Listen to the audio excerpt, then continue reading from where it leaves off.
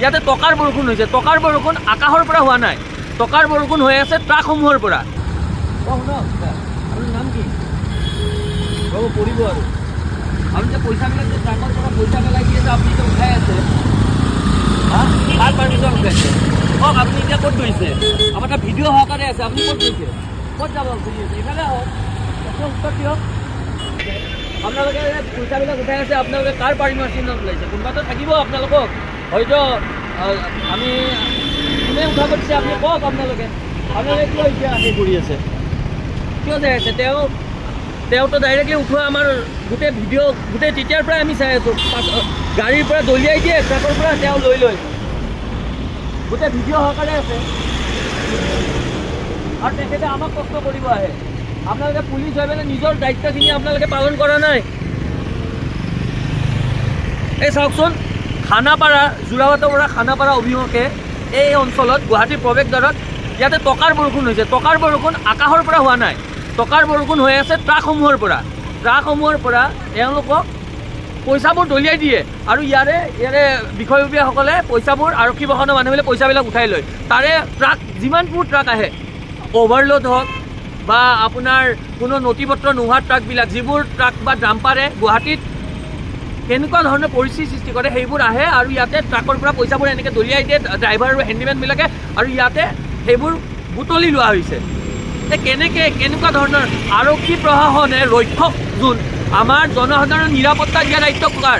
আৰক্ষী প্ৰশাসনে। যেতিয়া ৰক্ষকে ভক্ষক হ'ব, তেতিয়াহ'লে আমি আমাৰ নিৰাপত্তা সুনিশ্চিত কেনেকৈ কৰিম? এই আৰক্ষী প্ৰশাসনৰ মানুহবিলাক এতিয়া তেওঁলোকে জবাব সুধোতে তেওঁলোকে এতিয়া নিমাত হৈ আছে। আপোনালোকে কওক, কওক আপোনালোকে যদি উঠোৱা নাই তাকো প্ৰমাণ সহকাৰে আমি দাখিল কৰিম। আপোনাৰ কি নাম দাদা? আপোনাৰ নাম কি?